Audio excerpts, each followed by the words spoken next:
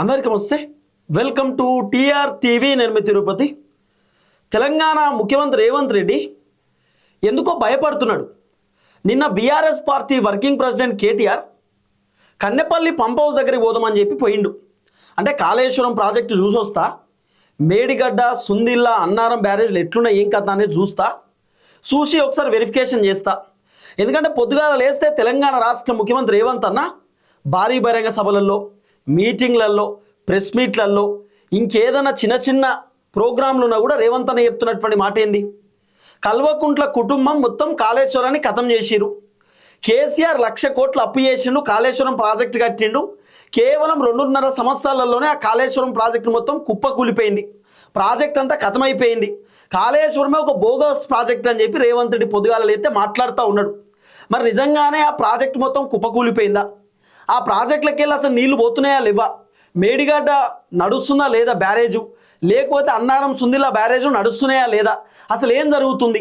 ఇప్పుడు దాదాపు కాళేశ్వరం ప్రాజెక్టులకు వెళ్ళి చాలా నీళ్లు తెరపైకి వస్తున్నాయి. కాళేశ్వరం ప్రాజెక్టులకు వెళ్ళి నీళ్లు మస్తుగా వస్తున్నాయి, చెరువులు నిండుతున్నాయి, మస్తుగా ప్రాజెక్టులు నిండుతున్నాయి. సో రైతులు పండించేటటువంటి పంటకు కూడా నీళ్లు మంచిగానే పోతున్నాయి. రేవంత్ రెడ్డి ఏమో అసలు మొత్తం కాళేశ్వరమే ఖతమైపోయిందని చెప్పి మాట్లాడుతున్నాడు. మరి కేటీఆర్ ఒక బాధ్యత గల మాజీ మంత్రి, మళ్ళీ కేటీఆర్ బీఆర్ఎస్ పార్టీకి ఇప్పుడు వర్కింగ్ ప్రెసిడెంట్, ప్రతిపక్ష పార్టీ లీడరు.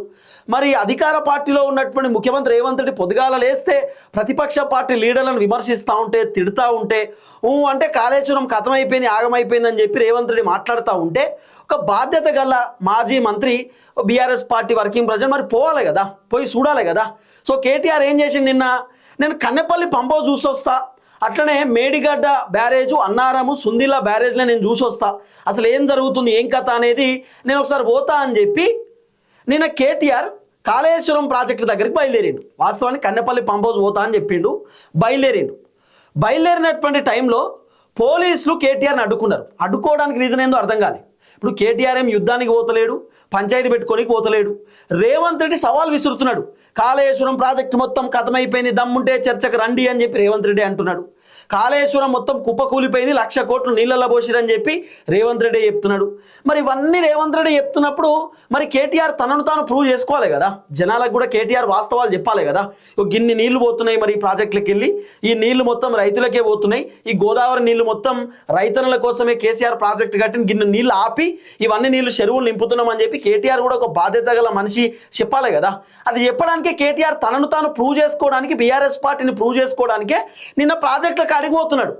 పోతున్న టైంలో రేవంత్ రెడ్డి వణికిపోయి రేవంత్ అన్న కేటీఆర్ని అడ్డుకున్నాడు. కేటీఆర్తో పాటు బీఆర్ఎస్ పార్టీ లీడర్లు మస్తు మంది వచ్చారు. మామూలుగా కాదు, ఓడిపోయినటువంటి ఎమ్మెల్యేలు, గెలిచిన ఎమ్మెల్యేలు, మాజీ మంత్రులు, మాజీ ఎమ్మెల్సీలు, మాజీ ఎంపీలు, ఇట్లా మాట్లాడకుండా పోతే మొత్తం బీఆర్ఎస్ పార్టీకి సంబంధించిన లీడర్లు అంతా కేటీఆర్ వెనకాలనే ఉన్నారు నిన్న. అయితే కేటీఆర్ని అడ్డుకున్నారు, పోలీసులు ఆపిర్రు, పోవద్దు, వీల్లేదు, ల్యాండ్ ఆర్డర్ ప్రాబ్లం వస్తుంది, ఇబ్బంది అవుతుంది, పోనీకి ఛాన్స్ లేదని చెప్పి కేటీఆర్ని కాసేపు అడ్డుకున్నారు. ఇక కేటీఆర్ కోపం వచ్చి దిగి ఎందుకు పోనీయరు ఏంది, రేవంత్ రెడ్డి పొద్దుగాలు అయితే కాళేశ్వరం ఖతమైపోయింది అంటున్నాడు, మరి మేము పోయి చూడొద్దా, చూపించుకోవద్దా, మేమే కట్టిన మా ప్రాజెక్టు, మరి మేము జనాలకు చెప్పొద్దా అని చెప్పి కేటీఆర్ పోలీసులతోటి వాగ్వాదాన్ని దిగిండు, పంచాయతీ పెట్టుకున్నాడు. ఆఖరికి పోలీసులు ఏం చెప్పారు తెలుసా? మీరు ఒక్కళ్ళు పోవచ్చు కానీ వీళ్ళందరూ పోవద్దు అన్నారు. కేటీఆర్ ఒక్కడు పోవచ్చట ప్రాజెక్ట్ దగ్గరికి. కేటీఆర్ వెనకాల ఉన్నటువంటి ఎవరైతే టీం ఉంటుందో, కేటీఆర్ వెనకాల ఉన్నటువంటి లీడర్లు ఎవరైతే ఉన్నారో వాళ్ళు పోవద్దట. ఇది ఎక్కడ విచిత్రం? మరి ఇప్పుడు కేటీఆర్ ఒక్కడే పోయి చూసొచ్చేది ఏమున్నది, ఈ లీడర్లు పోయి చూసొచ్చేది ఏమున్నది? అందరికి అందుకే పోతారు కదా, కేటీఆర్ పోయి చూసిరానికే కదా పోయేది, వీళ్ళు కూడా శూన్యకే పోతారు. ఇప్పుడు కేటీఆర్ ఒక్కడే పోనీకి ఏమన్నా దాంట్లో, వీళ్ళని పంపించాం కేటీఆర్ పోవాలని చెప్పిండు. సరే, కేటీఆర్ పోయిండు, కేటీఆర్తో పాటు ఇంక 2-3 లీడర్లు పోయి చూసిర్రు. కేటీఆర్ని ఎంత ఆపుదాం అనుకున్నా ఆపలేకపోయారు, ఎందుకంటే పోలీసులు పెద్ద ఎత్తున లేరు. దాదాపు కేటీఆర్ వెనకాల వేలాది మంది జనాలు ఉన్నారు. పోలీసులను చూస్తేనేమో 10-15 మంది పోలీసులే ఉన్నారు. సో కేటీఆర్ని అడ్డుకోలేకపోయారు. ఆఖరికి కేటీఆర్ని అడ్డుకోవడానికి, కేటీఆర్ వెనకాల ఉన్నటువంటి లీడర్లను, కార్యకర్తలను అడ్డుకోవడానికి కుమ్మాల టోల్ గేట్ అని ఉంటుంది, నియర్ బై హన్మకొండ దగ్గర ఉంటుంది. ఆ టోల్ గేట్ దగ్గర లారీలు పెట్టారు, అడ్డు లారీలు పెట్టి ఓన్లీ కేటీఆర్ని మాత్రమే పంపించారు. ఇక మిగతా వాళ్ళని మొత్తం ఆపేసేటటువంటి కార్యక్రమం చేసి చాలా విచిత్రం అనిపించింది. నేను రేవంత్ రెడ్డి ఎందుకంత వణికిపోతున్నాడు, రేవంత్ ఎందుకు భయపడుతున్నాడు అర్థమైతలేదు. ఇప్పుడు నిజంగానే రేవంత్ రెడ్డి చెప్పినట్టు కాళేశ్వరం ఆగమైపోతే, కాళేశ్వరం ఖతమైపోతే, కాళేశ్వరం మొత్తం దివాలా తీస్తే, కాళేశ్వరం మొత్తం కూలిపోతే, మరి రేవంత్ రెడ్డి బాజాప్తా కేటీఆర్ నువ్వు పోయి చూసుకోపో, కేసీఆర్ నువ్వు పోయి చూసుకోపో, లేకపోతే బీఆర్ఎస్ పార్టీ లీడర్లు పోయి చూసుకోపోండి కాళేశ్వరం ఎట్లుందో అని చెప్పి రేవంత్ రెడ్డి డైరెక్ట్ చెప్పొచ్చు. మరి రేవంత్ రెడ్డి మరి బీఆర్ఎస్ వాళ్ళు పోయి చూద్దామంటే ఎందుకు ఆపుతున్నాడు? రేవంత్ రెడ్డి ఎందుకు అడ్డుకుంటున్నాడు? ఇప్పుడు రేవంత్ రెడ్డి ఆదేశాలు లేకుండానే కేటీఆర్ని పోలీసు వాళ్ళు ఆపుతుర్రా? ఇప్పుడు మొన్న అప్పుల గురించి చర్చకు రమ్మని చెప్పి కాంగ్రెస్ వాళ్ళు పిలిచిరు. హరీష్ రావు చర్చకు పోదామని చెప్పి పోతే హరీష్ రావుని ఆపిరు. మంత్రులకు తెలియకుండానే పోలీసు వాళ్ళు హరీష్ రావుని ఆపుతారా? అంటే ప్రభుత్వానికి తెలియకుండానే పోలీసు ఇదంతా హంగామా చేస్తారా? ఉత్తా చేయరు కదా. సో కేటీఆర్ నిన్న పోయినాక అసలు కాళేశ్వరం కాడ పరిస్థితులు చూసినాక చాలా షాక్. మామూలు పరిస్థితులు ఏడారా. ఆ మేడిగడ్డ ప్రాజెక్టు పిల్లర్లు ఉంటాయి కదా, పిల్లర్ల కింద ఇసుక తోడుతురు. 20-30 జేసీబీలు ఉన్నాయి. మరి ఆ పిల్లర్ల కాడనే ఎందుకు ఇసుక తోడుడు? ఆ పిల్లర్ల పక్కనే ఆ సందులోనే ఇసుక తోడుతురు. ఎందుకు? ఉన్న పిల్లర్లన్నీ కూలిపోతే బీఆర్ఎస్ పైన వేయవచ్చు, బీఆర్ఎస్ పార్టీ పైన పెద్ద ఎత్తున విమర్శలు చేసి కాళేశ్వరం మొత్తం కూలగొట్టిరని చెప్పి మళ్ళీ అధికారంలోకి రావచ్చు అనేటటువంటి ప్లాన్ చేసినారు రేవంత్ రెడ్డి. ఎట్లా? నేను ఆర్జీటీవీ మీడియా అని చెప్పి ఒక అన్న ఉంటాడు. ఆ అన్న పోయిండు, చూపించిండు ఆయన మొత్తం మేడిగడ్డ పిల్లర్ల ముందు, అన్నారం సుందిల్ల పిల్లర్ల ముందు మొత్తం జేసీబీలను పెట్టి ఇసుక తోడుతురు. మొత్తం ఎందుకు ఇసుక తోడుతురు అర్థం కాలే. ఇసుక తోడడానికి గల కారణం ఇది. పిల్లర్ల పక్కనే పిల్లర్లు గిట్లున్నాయి, ఈ పక్కనే కథం ఇసుక తోడుతురు. అంటే పిల్లర్లకు ఇసుక దోడి ఆ పిల్లర్ చిన్నగా కుంగిపోతేనో లేకపోతే పిల్లర్ అటు ఇటు కదులుతేనో మొత్తం ప్రాజెక్టే పడిపోతుంది. ఇంకా ప్రాజెక్టు కూలిపోయిందని చెప్పి కేసీఆర్ని బద్నాం చేసి మళ్ళీ అధికారంలోకి రావచ్చు అని రేవంత్ రెడ్డి ఏమైనా ఆలోచన చేసిండేమో మరి. ఎందుకంటే రేవంత్ రెడ్డికి సినిమా మొత్తం అర్థమైంది, మళ్ళీ గెలిచే పరిస్థితి లేదు. కాంగ్రెస్ దుకాణం బంద్ అయిపోయింది, కాంగ్రెస్ కథమైపోయింది అనేటటువంటి ముచ్చట రేవంత్ రెడ్డికి అర్థమైంది. అందుకే రేవంత్ రెడ్డి మరి కేటీఆర్ని ఎట్లా బద్నాం చేద్దాం, కేటీఆర్ని ఎట్లా విమర్శలు చేద్దాం అంటే కాళేశ్వరం అని విమర్శలు చేస్తే పనొడిచిపోతుందని ఇది మన కొత్తుపాయాలు కడుతుండేమో. మొన్న సీతొక్క నియోజకవర్గంలో దాదాపు గోదావరికి సంబంధించినటువంటి ఏదైతే కాలువ ఉంటుందో మొత్తం ఇసుకకు సంబంధించినటువంటి క్వారీలే పెట్టిరు. ఇసుక క్వారీలే మొత్తం ఇసుక తోడుతురు, ల్యాడర్లు పంపిస్తురు. మామూలు విచిత్రం ఉండదు వీళ్ళదంతా. మళ్ళీ అప్పటికప్పుడే ఆ ఇసుకలకు పర్మిషన్లు వచ్చుడు. అసలు పర్మిషన్ ఫస్ట్ ఉండదు, మళ్ళీ సీతక్క పర్మిషన్ తెచ్చుకుంటుంది. పర్మిషన్ ఉన్నాయి, లీగల్గా పోతున్నామని చెప్తుంది. చాలా విచిత్రాలు ఉన్నాయి గవర్నమెంట్లో, 1-2 కాదు. నిన్న కేటీఆర్ చేసేటటువంటి ఒకే ఒక్క పని, ఆ పని ఏంది? నేను కాళేశ్వరం కాడికి పోయి వస్తా అని చెప్పిండు అంతే. రేవంత్ రెడ్డి వణికిపోయి గదగద వణికిపోయింది. ఒక రకంగా చెప్పాలంటే ఎందుకంత భయం రేవంత్ రెడ్డికి? రేవంత్ రెడ్డి నిజాయితీ పరుడే కదా. రేవంత్ రెడ్డి చెప్పినట్టు కాళేశ్వరం మొత్తం కథమైపోయింది కదా. మరి అట్లాంటప్పుడు కేటీఆర్ పోయి చూస్తే బాధేమవుతుంది? కేటీఆర్కి అర్థమవుతుంది కదా నిజంగానే కాళేశ్వరం కూలిపోతే. కేటీఆర్ అది చూసి సిగ్గుపడతాడు. అరే మేమే కట్టిన మీ కాళేశ్వరం ప్రాజెక్టు గిట్ల కుంగిపోయింది ఏంది, గింత పిల్లర్లు మొత్తం పరలవాసిన ఏంది, పిల్లర్లు మొత్తం ఆగమైపోయింది ఏంది, కాళేశ్వరంలో నీళ్ళు లేవేంది, ఇది ఎక్కడ కథ అని చెప్పి కేటీఆర్ చూసి బాధపడతాడు. కేటీఆర్ రియలైజ్ అవుతాడు, అరే మేము అనవసరంగా 1,00,000 కోట్లు ఖర్చు పెట్టినాం కదా అని చెప్పి అనుకుంటాడు. మరి అట్లా అనుకుంటాడనే ఆలోచన కూడా రేవంత్ రెడ్డికి ఎందుకు లేదు? ఎందుకు రేవంత్ రెడ్డి అడ్డుకుంటున్నా అంటే రేవంత్ రెడ్డి చెప్పింది అబద్ధమా? కాళేశ్వరం మంచిగానే ఉందన్నట్ట, కాళేశ్వరంలోకి వెళ్ళి నీళ్లు పోతున్నాయి మంచిగానే పోతున్నాయి అన్నట్ట, ఆ పిల్లర్లన్నీ మంచిగానే ఉన్నాయి అన్నట్ట. అంటే రేవంత్ రెడ్డికి పిల్లర్లు సెట్ చేయడానికి శాతనైతే లేదన్నట్ట. ఏందన్నట్టు అర్థం ఏంది? ఎందుకు కేటీఆర్ అడ్డుకున్నాడు? ఎందుకు కేటీఆర్ పోతుండే భయపడ్డారు? ఎందుకంత భయం ప్రభుత్వానికి? ఎందుకంత ఇబ్బంది పడుతుంది ప్రభుత్వం? కేటీఆర్ ఏదైనా మీటింగ్ పెడితే వీళ్ళు పర్మిషన్ ఇస్తలేరు. కేటీఆర్ ప్రోగ్రామ్ పెడదామంటే పర్మిషన్ ఇస్తలేరు. కేసీఆర్ ఏదైనా మీటింగ్ పెడదామంటే పర్మిషన్ లేదు. కేటీఆర్ పర్యటన చేద్దామంటే పర్మిషన్ లేదు. ఇంకా నిన్న విచిత్రం, వరంగల్లో ఉన్న బీఆర్ఎస్ పార్టీ లీడర్లను మొత్తం హౌస్ అరెస్ట్ చేసిరు. ఇంకా కరీంనగర్ దగ్గర ఉన్న లీడర్లను హౌస్ అరెస్ట్ చేసిరు. అసలు ఎవరిని బయటికి రానియలే. ఎందుకు రానిత్తలేరు? మరి రేవంత్ రెడ్డి చెప్పినట్టే కాళేశ్వరం కథమైపోతే మరి కేటీఆర్ ఎందుకు పంపిస్తలేరు? కేటీఆర్ పోయి చూసి బాధపడతారు కదా, అరే మేమే కట్టినామని చెప్పి.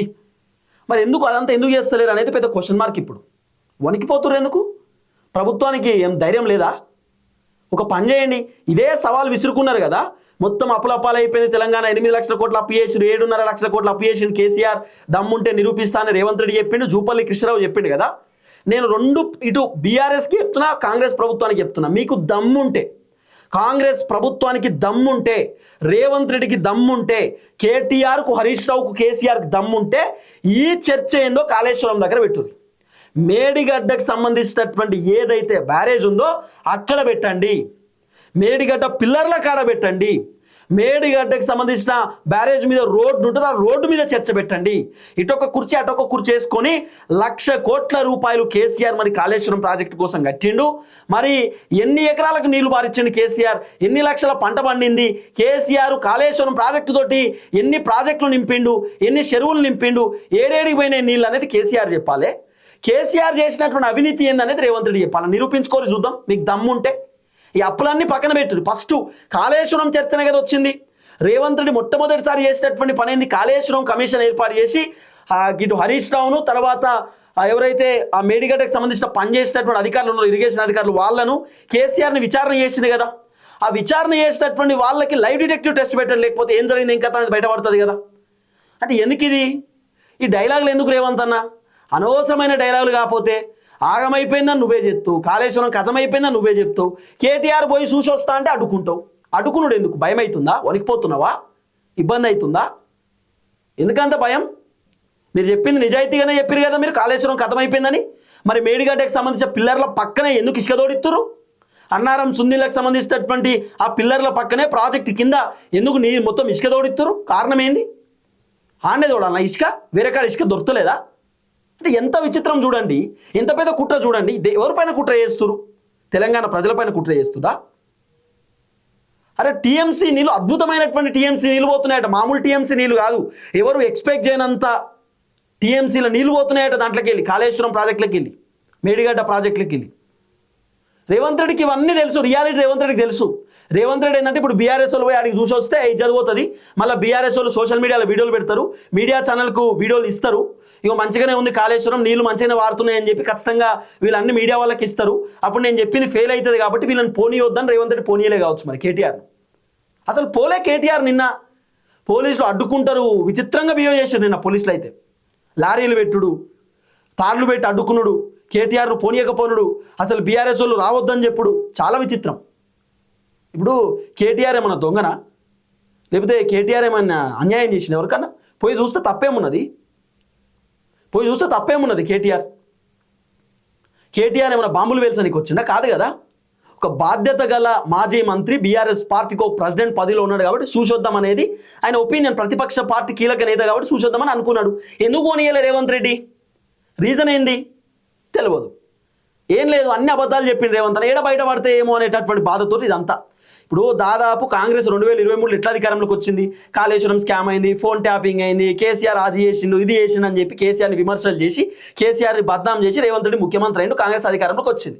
ఇప్పుడు రేవంత్ రెడ్డి గట్లనే బద్నాం చేసి మళ్ళీ ఇంకోసారి ముఖ్యమంత్రి అవ్వచ్చు, మళ్ళీ ఇంకోసారి కాంగ్రెస్ అధికారంలో తీసుకురావచ్చు అని అనుకుంటున్నాడు. కానీ జనాలకు వాస్తవాలు తెలుసు. అప్పట్లో సోషల్ మీడియాలో మాట్లాడితే జనాలు విన్నారు, ఇప్పుడు వింటలేరు. మస్తుగా అయినా ఇట్లా సోషల్ మీడియా మేము నమ్మం, కళ్ళతో చూడాలంటారు జనాలు. అందుకే కేటీఆర్ కళ్ళతో చూపియానికి పోయిండు, చూపించి వచ్చిండు.